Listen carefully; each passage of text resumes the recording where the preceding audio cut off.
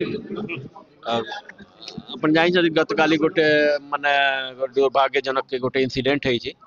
तो सही इनसीडेंट को नहीं के माने जे बार एसोसिएशन मेंबर माने आसीथिले मो पाखर से जो नेचुरल जहाँ डिमांड अच्छी कि जिते शीघ्र हो एक्यूज मान को धरिया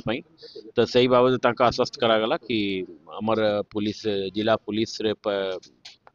माने कठिन प्रयास चालू छी आमर स्पेशल टीम कराई जिते टेक्निकल इन्वेस्टिगेशन करवा कथा सब इन्वेस्टिगेशन कर साइंटिफिक इन्वेस्टिगेशन कर चेष्टा अच्छी कि खूब शीघ्र शीघ्र जे माने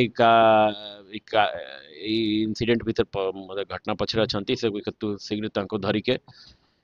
कोर्ट जहाँ लीगल सिस्टम भितर आना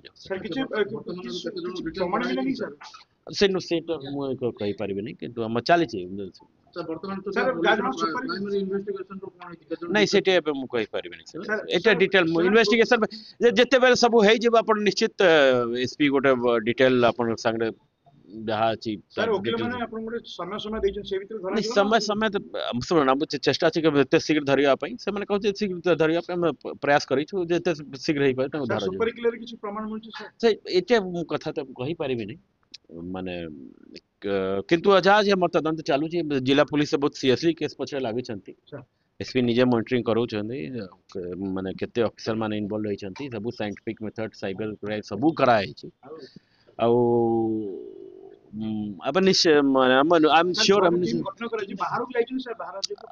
सेटा मु कहू एते पचारंतु नहीं कि कोन कोडे जाई छंती किंतु हमर 6टा बेसी टीम गठन कराई छी अपन नहीं हम चेष्टा अच्छी कि मतलब जिते शीघ्र धरी पार मुझे जानू मतलब परदिन राति 10टा 10:30 घटना आज दिन 12 गोटे हो जाए तो माने मुझे जानू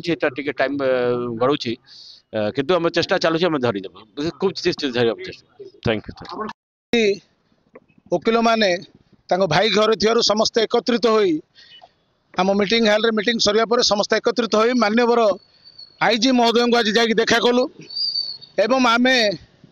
घटनार 48 घंटा पुरिया को जाऊँगी आपण अति शीघ्र गिरफ्त करूँ बोली आम दाबी जनइलु सी आमर कथा शुणी से सांगे सांगे उत्तर देले 8 गोटी आईएएस की नियुक्ति करी पूरा टीम लगे आमे गपरे विश्वास ना जिते शीघ्र मुदला धरले आम वकिल संघ शांति प्राप्त हम बर्तमान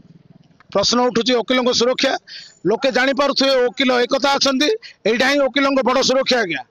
सब वकिल आम एक अच्छु यहाँ ही आम सब बड़ सुरक्षा आमे क्या डर ना कि छानिया हबार ना आम जड़े कौन गला 10 जन जो मात्र आम छानिया हबार ना आज्ञा वकिल एकता जिंदाबाद जिंदाबाद जिंदाबाद भाई मैंने शुणु आज मृत पीतवास पंडार उपलक्षे आम समस्ते एकत्रित हो भूली पारुनु एकत्रित होम डीआईजी महोदय को जामर दाबीपत्र जनइलु डीआईजी महोदय कही कथा जे मु 48 घंटा भितर से आततायी मान गिरफ करी किंतु 30 घंटा बीतीगला बर्तमान सुधा कौन खबर आम पाइपारनु